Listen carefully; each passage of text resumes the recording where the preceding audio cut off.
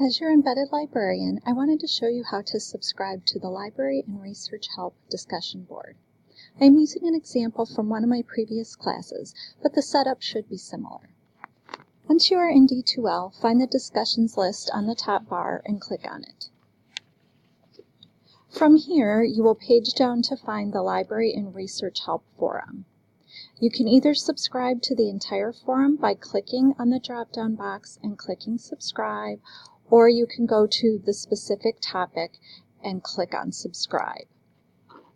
Once you are here, choose the custom notification option that you want, either show notifications in the mini bar, send an instant notification to your email, or include in a summary of activity, and then click subscribe. If you have any questions, please contact me at 847-214-7711 or mbagshaw@elgin.edu.